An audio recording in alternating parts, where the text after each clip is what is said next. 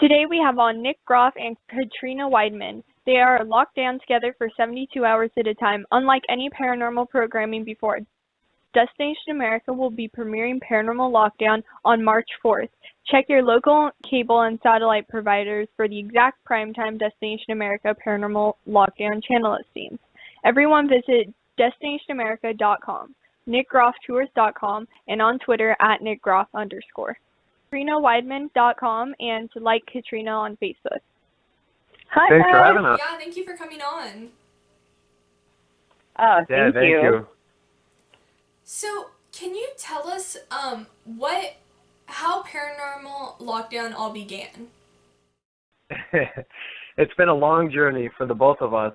We were working really, really hard on this for actually a long time. And for the last year, I just been thinking of different ideas for a long time that I've been trying to study and research. And I just felt it was time to try to push the boundaries a little bit in the paranormal community, in the field that we're redundantly going after spirits and whatnot. And I wanted to try something different. And one day I called Katrina up, and Katrina, I said, "Are you crazy enough to go with me in a haunted locations for 72 hours straight?" And she was awesome enough to say yes, absolutely. Wow. And that's it from there. We've just been really going nonstop, to be honest with you. I've been all over the place, and we're both traveling a lot, and it was a crazy journey shooting these 6 episodes so far, and the first episode's now premiering. It's surreal. I can't believe it's only a couple days until March 4th. Yeah, it all happened very, very fast. It's definitely going to be an awesome show. I personally can't wait to see it. Awesome. Thanks. Yeah, I'm excited.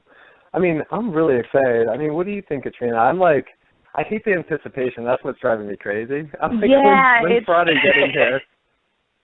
It is. It's hard because, you want to, I'm so excited with the stuff that we've been getting on our investigations and the experiences we've been having. And it's, I think, I still get nervous because, you want people to enjoy your work, and obviously you can't please everybody. But I think, Nick and I, we really care about our jobs in the paranormal. We're not just entertainers out doing this for fun. We really care about this field and we want to push it forward. So, I'm just it's the anticipation of I really hope, our colleagues in the paranormal like what we're doing and appreciate it. And, maybe we can, hopefully we're pushing things forward in the right direction by experimenting the way we are. Right. So with this new show, how do you both balance family life, coming on broadcasts, and conducting paranormal investigations outside of the show? The family life? Well, I guess I have a strong family backbone. So, they've been with me, my wife Veronica, she's been with me since we were little kids. So pretty much, she's been through the thick and thin, and my daughters are awesome. Everybody gets it, and everybody's supportive. The whole family's supportive, and everyone has seen some of the stuff that we've shown internally between Katrina and myself and our family, and everyone's just excited. But it's funny, I haven't even shown my parents. Nobody has really seen this but Katrina and I, because I'm so oh wow, I don't know. I'm just everything you see in this is all us. From no music during the investigation to just certain things that we need to do and condense in a 43-minute show. We're there for 3 days, so it's crazy the amount of footage that we have and the amount of evidence that we've collected, and it's so difficult sometimes to sit down and just really put an epic show. We were talking the other day, we're like, this should be a 2-hour show. This should just basically be a 2-hour of evidence laying out and just letting people see all this amazing experiences we've been through. Nick, can you tell the audience what we can expect when reading your book, Chasing Spirits, and where we can get a copy? Chasing Spirits is basically, it's been out for a couple of years now, and you can go on Barnes & Noble, Amazon.com. It's pretty much everywhere if you Google it. And it's talking about the beginning stages from when I was 8 years old all the way up to 30. Time flies.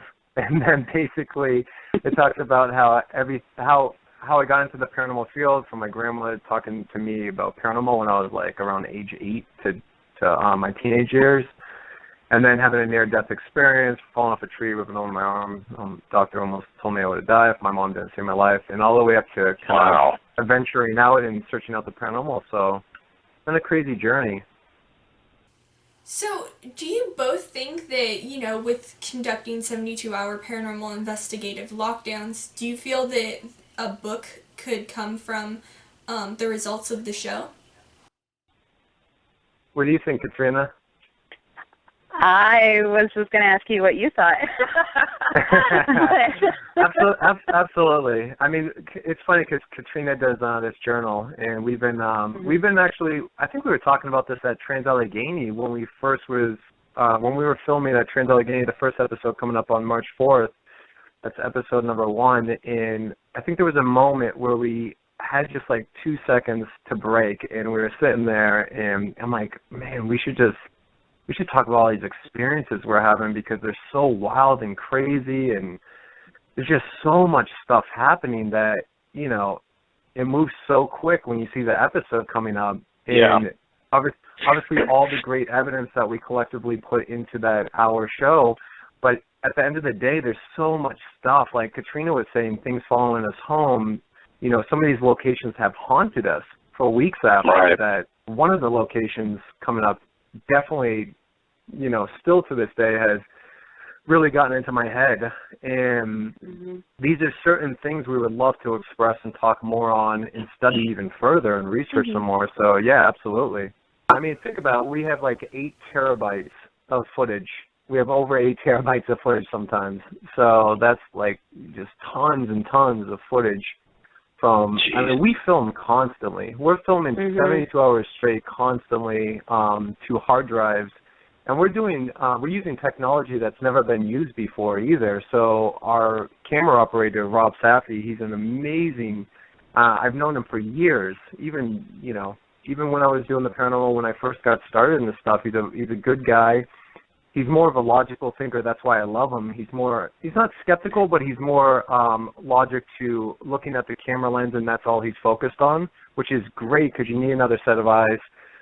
And then all the way down to when Katrina and I isolate ourselves, when it's just us by ourselves. And sometimes, like even during Trans Allegheny, you're going to see Katrina's on the east side of the wing, and I'm on the west side. And oh my God, it's so scary when we're by ourselves, isolated, when, you know, we have to let our bodies rest for like 40 minutes to an hour because you can't function it sometimes. There's a huge psychology behind it too that I actually love. And where's the mental and physical breaking point?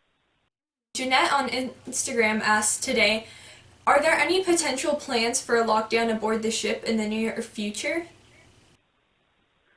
Have you ever been to Queen Mary, Katrina? No, but you know what? I would actually love to because I found out in, when was it? My grandfather passed away in 2009, and we had gone back to his house after his funeral, and all of his grandkids were looking through all his pictures and everything, and I found out that he was on the Queen Mary during World War II. So I would actually love to go and check out Queen Mary because I've never been. I think we should definitely research it more. I mean, as you know, Sophia, that pool area is so fascinating to me personally, just from my experiences being there and what we experienced going on it during our investigation.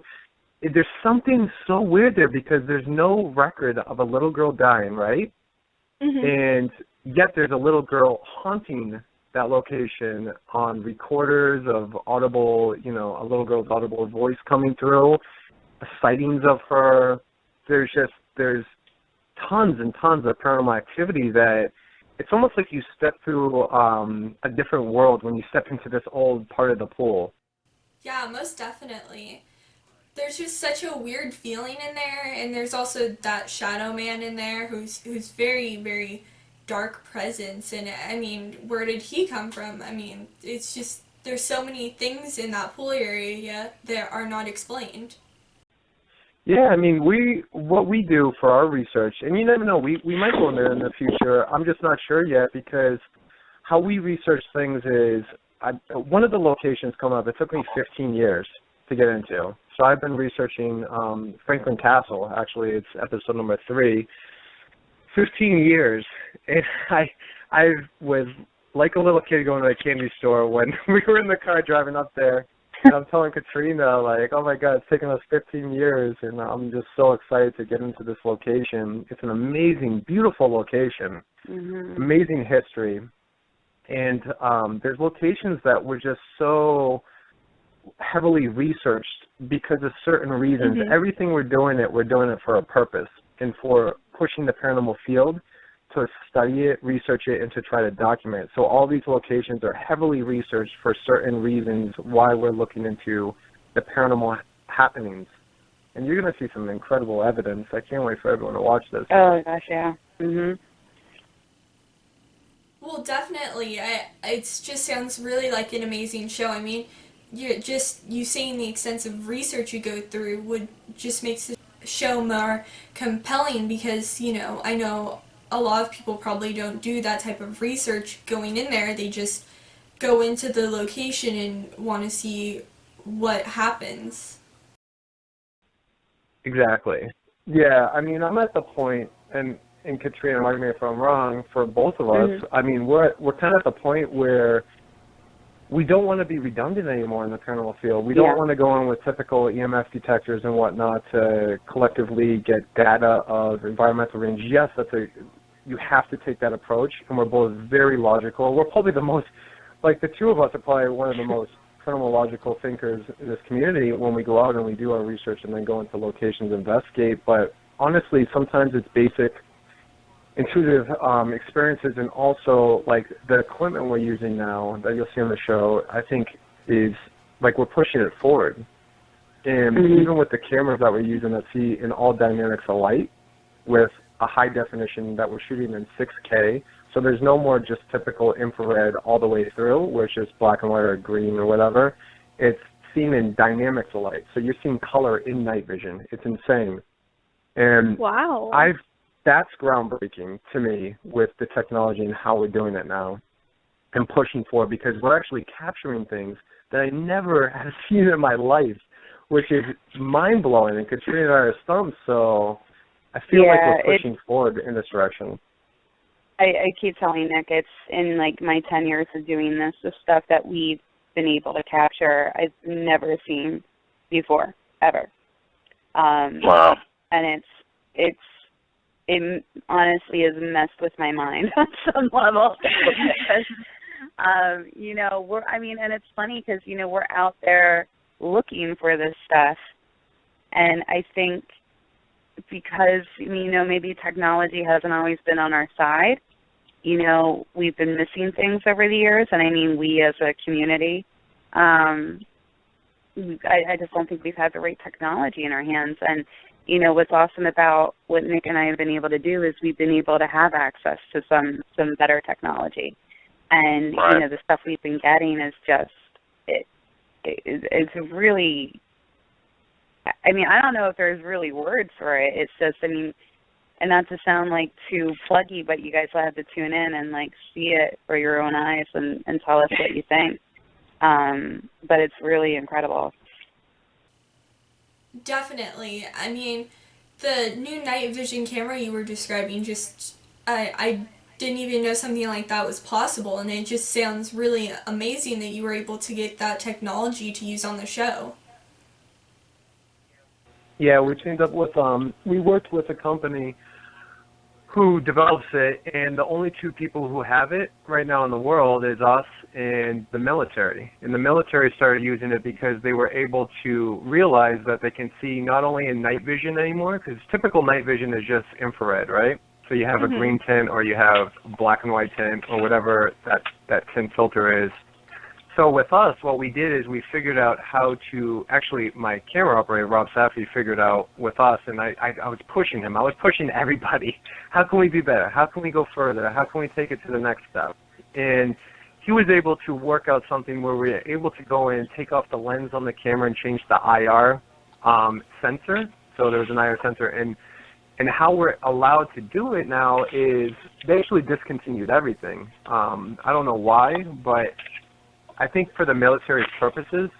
But it was really interesting because now we can see in all dynamics of light. So you're going to see pretty much, if your eyes see what it sees in the darkness, you're seeing that plus infrared. So you can see light come through. So if we have a flashlight on, you're going to see the color of the flashlight. You're going to see a candlelight. You're going to see, windows and stuff that you probably haven't even seen in the darkness. It's pretty amazing. So what are some of the locations that you have on the season? 6 episodes. We have good ones. We're really excited. Yeah. We have Trans-Allegheny Lunatic Asylum, which airs this Friday, March 4th at 10 p.m. Eastern. And one of the reasons why we chose Trans-Allegheny is I was there in 2009 years ago, and I felt like it wasn't long enough for me, and I wanted to go even further. I was only there for like 7 hours, 8. So I just felt like it was time to go back because I actually had a really cool experience there. I saw the shadow figure out of the corner of my eye up on the 4th floor of the Trans-Allegheny Asylum in the front administration building part, and I want to go back and document these shadow figures.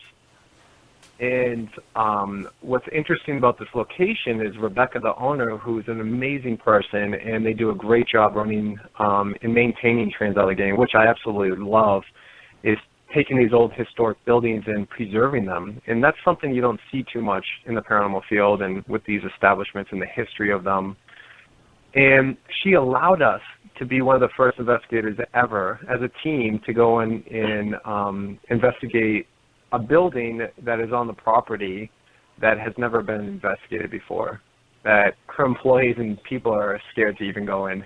So I thought that was a good plus to us. And then pretty much after that, the following Friday, the 11th, you're going to see the Anderson Hotel in Kentucky. And that's an amazing episode. Oh, my God. That took Katrina and I off guard. And totally. Katrina kicked some butt in that episode. Wow. I'll tell you what, she's one of the toughest girls I know. And when it comes time to investigate, she's right there. And it's amazing. Like, words can't even describe the second episode. And, like, out of all the years I've been doing this, honestly, that's one of the most amazing investigations I've done in a long time. Because, number one, we go there to help somebody that's being attacked. And number two, I can't even describe it. It's like the overwhelming feelings that we went through on that one. It was so rugged and gritty, and the environmental conditions that we put ourselves through, and physically and mentally, I felt broken at times. It was crazy. That's the first time in that place, the first time in 10 years I've ever had to take a break and step out of our investigation for, I stepped out for like 15 minutes, I think. Yeah, that was crazy. On that one, it just, it was so bizarre, I couldn't, form sentences. It was very weird. Wow. Yeah, I know. I've never seen you shaken up like that. It was weird. We're in this room, and Katrina is just like, I have to stop. I have to go out. And I was like, whoa, what's the matter? And, you were having stuff, touch you, and just all these weird things happening to you that you had to get out of the room. That's a very weird building. But we got, some very interesting stuff happened to us on that investigation. And it was just, I don't know, but kind of like what Nick said, it was just this constant, over your shoulder feeling, like somebody's right there. Very weird building. Very weird building. In all my years of doing this, honestly, that was the most disturbing thing I've ever had to do. I've done some crazy stuff. I've gone in morgues, and I know Katrina has too. And I've done some crazy stuff on our investigations, but this is probably one of the most disturbing. Personally, mentally, it messed me up for reasons of what I had to do in this investigation. And it's not for let me be crazy and do this. It was more or less to spiritually connect with the spirits. you know, and try to get some evidence to try to pinpoint us in the direction of who exactly is hurting people at this location. I mean, we really went there to try to help some people that we know that are being physically attacked, and I feel like we've done justice. Yeah. It was an emotional investigation. It really was. It kind of hit home a little bit for us. Yeah, definitely draining. And then after that, we got Franklin Castle, which I'm really excited about. And that one will air on the 18th, Friday the 18th. And then we have Randolph County Infirmary, which is an amazing location. The owners are great people, Adam Kimmel, and they're just great people there, and Dan. And then we got the infamous Hinsdale House that I hate talking about. It is such a weird place. So bad. Oh my God, that was like let me break it down. So this location is so disturbing mentally that I still can't comprehend what is going on at that location. Like, I'm not just the house. The house is pretty small. It's the whole entire land. That's what's so creepy. It's like there's this dark force that has been there for decades. And it's a circular pattern in this forest that is labeled as a dark forest because everything is pretty much dead in the middle. And everything around it is all green and lush. It's so creepy, and this place is so haunted. I have no words to describe it. Honestly, I always thought there would be words to describe certain locations, and this one just, I kept pushing myself. I can't figure it out. Yeah, it's not, and every single time, because Nick and I will talk about this location, because that was a location that definitely got inside both of our heads, and like Nick was saying, like just like mentally broke us down, and you know, whenever we talk about it, it's like, what is it? Like, you know, we can never really figure out how to put it into words, and it's just so bizarre, and it's just everyone you talk to that's been there says the same exact thing. And, you know, Nick and I are pretty logical. Like you said earlier, we've both been doing this for a long time, so it's not like we're, you know, newbies at it where, like, everything is paranormal and, you know, we're, like, highly influenced by what other people say. So it's, like, for us to have these experiences that people for decades have been having, it's pretty incredible. I mean, this place is, the place is bizarre. Yeah, you know what's weird about it is it's a location, and I think Tim Shaw, who's one of our guest interviews, we talked to him before we get started into our investigation, but he tells us it's like a location where it's almost like a sucker punch. It draws you in, and there's something obsessive about it that you start obsessing over, like you need to know more, learn more. What is it? And that's like, I keep trying to forget about it. It's almost like telepathically it pulls you and draws you back. Like, this is a location that was about to be torn down, and the owner, Dan, came in and got it through a fundraiser and fixed the roof and brought it back to shape. It's a location that just won't die. It's so creepy. Wow. The best way to put it. I guess that's the word I was looking for. It's just a location doesn't know how to die. So you have to sign the heart and put a stake through it. That's how you do it. Yeah, I know. It's like a whole different level of paranormal hauntings, because it's not just one ghost. It's not just two ghosts. It's not like once a living. I think there's something beyond we don't even fully understand yet that we started to get into, and it's almost like a piece of our soul, or maybe me, was left there. I don't know. It's very bizarre, but it took me a long time to shake. Like, I feel like I can kind of think about it now a little bit more, but there was weeks after where we just I couldn't go back to investigate, and that one just was one of the first ones that kind of just like messed me up in a long time. Yeah, it seduces you, that place. Wow, that definitely sounds like a very intense location to investigate. It is. You have to have your weird. guard up. And I mean, you guys weren't there just one night. You guys were there 3 nights. So, I mean, that's a very serious investigation. Oh, yeah. Yeah. Oh, yeah. Yep. I mean, all these places are really, because I always think about, gosh, you know, like, what if something happened to one of us? Like, you know, so many of these places are in remote places, you know, where the closest town is a 20-minute drive. And I always think about that. If something happened to one of us, you know, what would the other one really do? Like, you know, help isn't really that close. No. Yeah, let's talk about... Well, we've seen that with John and Chad, too. Yeah, seriously. No, and Katrina's actually, she's right on, because if it's not the paranormal things, right, it's the environmental elements that really break us down. And that's what I mean when I say it's physical and mental and you're pushing through. I mean, there's days where locations that we went to, I think it was Trans-Allegheny Lunatic Asylum. We were there, and 3 days straight, I didn't take my boots off. I didn't take my shoes off. I kept my jeans on. Like, I didn't. And the reason is because when I laid down for, like, just a little bit to rest, I didn't want to take my shoes off because I was by myself on the 4th floor.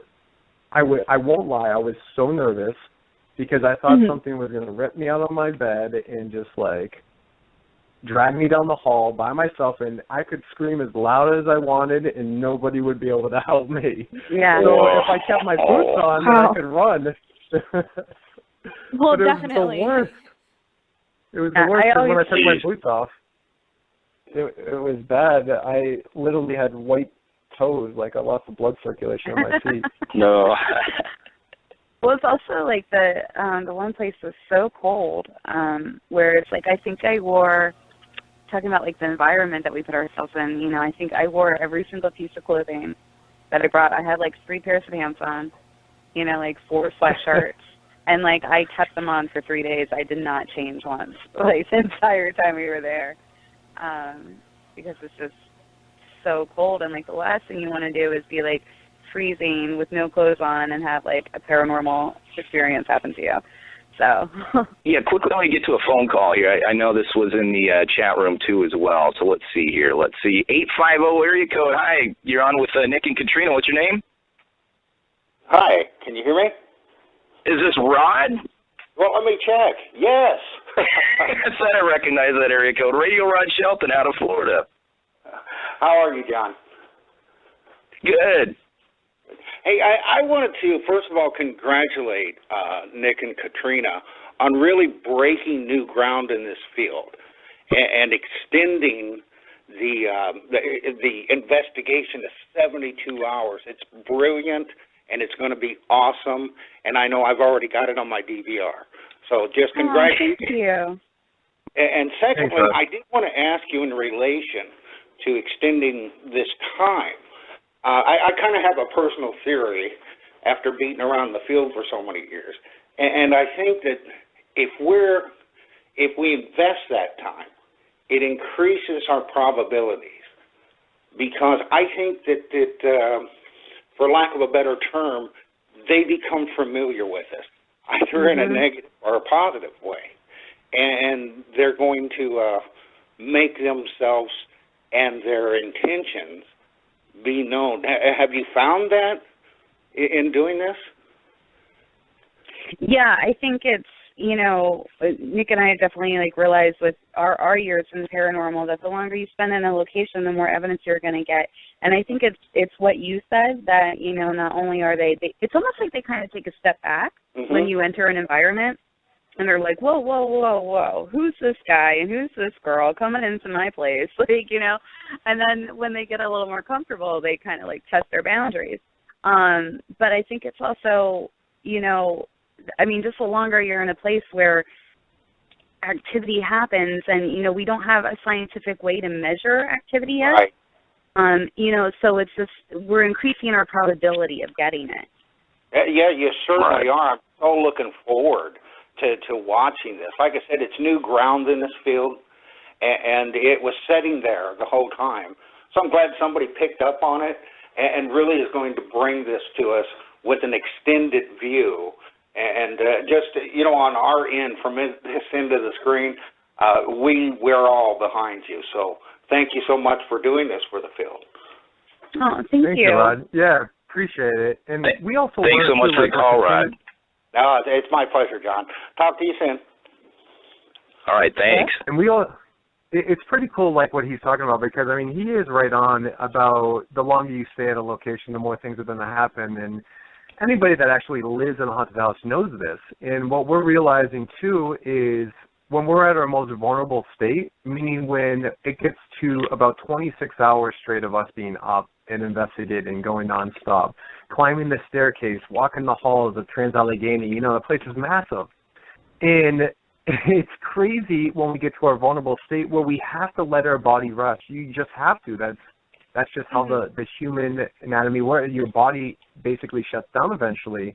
So what we do is we kind of separate, and nobody is in the building. It's just the two of us, and Katrina will go into one part of the building, and I'll go all the way to the other part of the building with only my little handheld camera, and we'll set up a little sleeping bag on a cot, and we'll basically go to sleep for like an hour at the most, or we'll try to sleep. Sometimes we don't even sleep. We just lay there and let our body rest, and we're kind of awake but asleep almost. It's a weird subconscious thing that happens, and it's so weird what goes through your mind and what the things start occurring, happening around you. It's not like we're starting to, like the typical, chase down the hauntings or chase down the paranormal activity or I just saw a ghost. We're just laying there and we let it come to us, and we're starting to realize, just like in the living as normal people, at an asylum, those people were once alive, and then if they're passed on, they could be scared of us. They're patients, they're confused. Right. There's spirits that are at this location that have, that once had feelings. So if we're just laying there, like when I'm laying up on the 4th floor by myself in pitch darkness, I swear I felt like three people walked up to me and were just looking over me as I was laying there in the dark. And their faces looked somewhat deformed, but they were looking down at me as I was starting to close my eyes, and I had this subconscious state happening. It was very weird. It's some of the weirdest experiences I've ever put myself through, mentally and physically. Wow. Yeah, definitely. I know from living in a haunted house that it's weird to try and sleep when there's always something there. Mm-hmm. Yep, it's like you always have to be like on your guard, and I think it's because like you don't. I mean, the paranormal could be so many things, and I think just naturally our survival instincts take over, and it's just okay. I'm not. Right. Whatever it is, and it's like you can never really fully get that restful sleep. At least I found when we were doing this. It's so hard for us to get any kind of real sleep. Oh, I bet. Seriously. And I think that's the scary part sometimes about doing this, because let's face the facts, we're not going to, all these locations aren't, nice to be blunt. I mean, some of these locations are very sinister, and there's negative things happening. In reality, we have good and bad people, and good and bad people die. That's a fact. So some of those negative humans that were once living now possibly haunt these locations in a negative form and presence. And that's the scary part about doing what we're doing, is we don't always know who we're communicating with.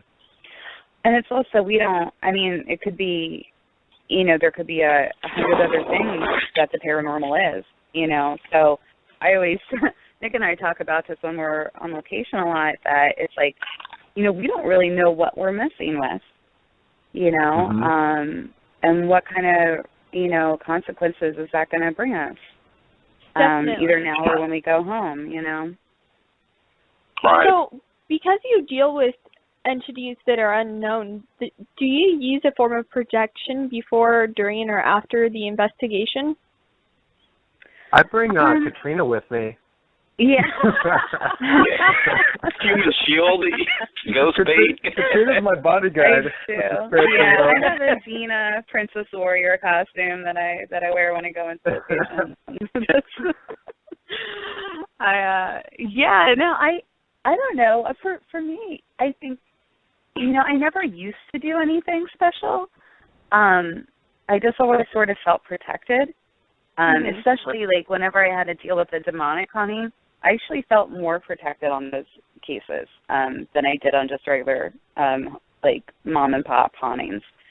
But the older I get, like, I kind of, you go through that thing where you're like, I'm not going to live forever, you have that moment of realization.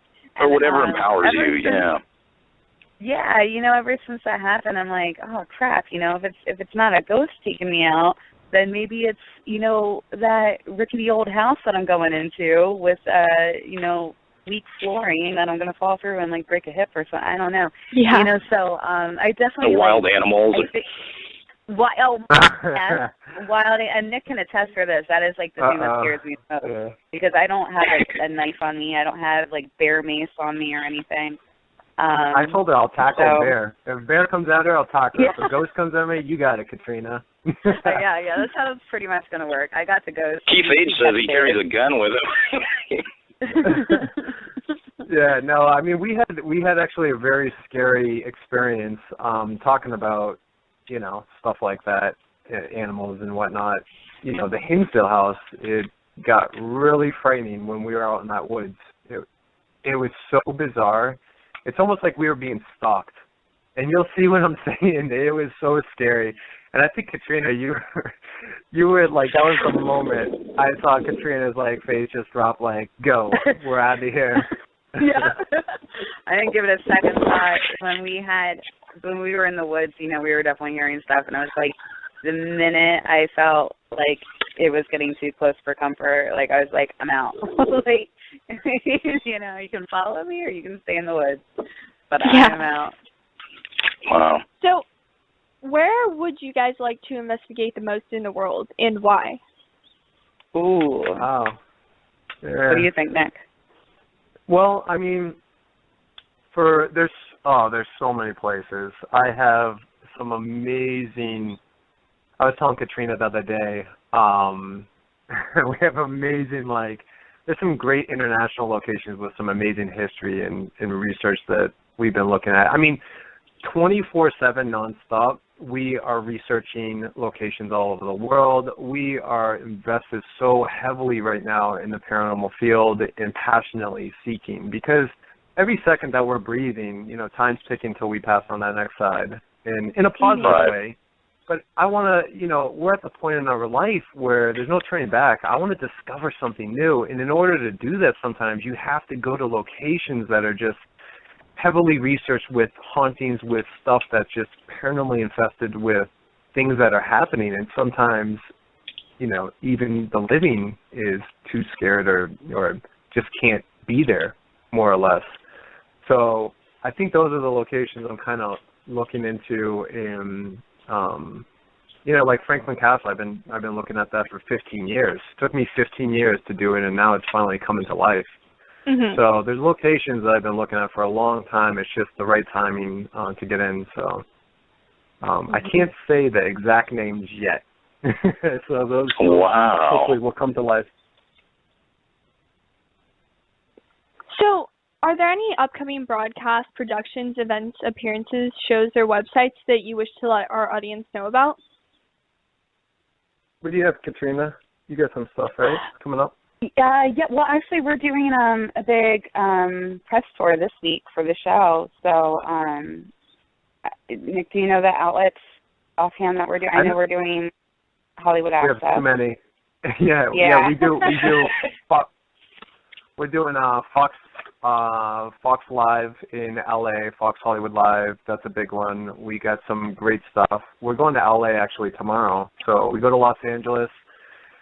And we're doing a whole press tour out there for Paranormal Lockdown. We're talking to some serious radio stations. We're talking to all sorts of stuff. We're doing some really cool stuff that will be interesting. And then we come back to New York on, I think, Tuesday night. And then Wednesday, Thursday, we have a ton of stuff. We're doing a media tour on Thursday in New York. And then some other crazy, we're all over the place. So, and then we'll be back, I think I get back home on Friday. Yeah. Yeah, I get back home Thursday, and then Wednesday's my birthday, so it's going to be... Well, happy birthday. Yeah, happy birthday. Thank you. Oh, cool. Yeah, Nick, I heard you a couple of years ago on Heidi and Frank out here on KLOS in Los Angeles, too, so tell them we said hi. We know them pretty good. Oh, cool. Yeah, awesome. I also want to mention, too, that Gwen and Francine of Team Nick Groff on Facebook and then also on Twitter, too, as well. They're across the seas from us, and they're translating the shows, and they're translating this show in German and Spanish and Italian, and so I want to thank them for doing that, too, as well, and they've been great supporters of you. Oh, yeah, no, I know. They're amazing. I talk to Gwen a lot and Francine. They're both amazing individuals. They're genuine, and they've been huge supporters for the last couple of years with me, and I couldn't be happy enough to have them on board with our team and stuff. Yeah, it's amazing. I try talking slow sometimes so they can translate better. They're probably trying to translate me now. They're like, Nick, slow down. But sorry, that's my energy. Katrina tells me to slow down all the time when we're at locations. Oh my gosh, she has energy for days. It's amazing. It's like just bottle a little bit of that for me. What were you doing that one time? You were like you were journaling your vlog, right, Katrina? One time, yeah. And like, it was Trans-Allegheny. You were like doing a journal vlog. Oh. Yeah, I was. Funny. So I do these So I journal when we're on locations, and I also vlog when I'm on locations because there's so much that happens in, the 3 days we're there that if you don't, keep track of it somehow, you'll forget. Especially because, we're not, really sleeping, so you'll lose your mind. And I found it was actually very cold at Trans-Allegheny, and it's a huge place, so you have to kind of find little corners where the heaters are, and the best place I found was in the women's bathroom, which is where I would, take quick cat naps if I could. Your safe place. Yeah, I would sleep in the bathroom. It was it was awesome. But I'm doing this vlog, and I'm talking about all this crazy stuff that has been happening to us. And I'm like, oh, it's so scary, and I don't know. And then you hear Nick in the background, and he's like, woo, yeah! He's running down the hallway, screaming. He's so excited. He's so pumped to start the day. And I had just woken up, and I'm like, Well, guys, thanks so much for coming on. Thank you so much. The hour flew by. Awesome. Yeah, thanks for having us. We're excited. Get ready for Paranormal Lockdown this Friday. It's going to be amazing. Yeah, this Friday. Yeah. Definitely. I know my family thanks, and Katrina. I are super excited. And thanks, Nick. And we'll talk to you. Anytime you want to announce or anything you want to promote, the show's always open, guys. Thanks so much. All right, thank take care. Thank you. Yeah, thank you. All right, thanks. Yeah. Again, the Ghost Host Show with Sophia Tempelli on liveparanormal.com. Great show, Sophia. And again, congratulations on over 4 years of broadcasting here. Well, thank you everyone for listening, and Nick and Katrina are just awesome guests, so thank you everyone for listening, and I'll talk to you guys next week. Bye. This is Nick Groff, executive producer of Ghost Adventures, the original documentary, and Ghost Adventures, season 1 through 10, and executive producer of Ghost Stalkers, and author of Chasing Spirits, the Building of the Ghost Adventures Crew, and founder of NickGroffTours.com. I want to wish Sophia Temporelli congratulations on 4 years on liveparanormal.com. Tune in.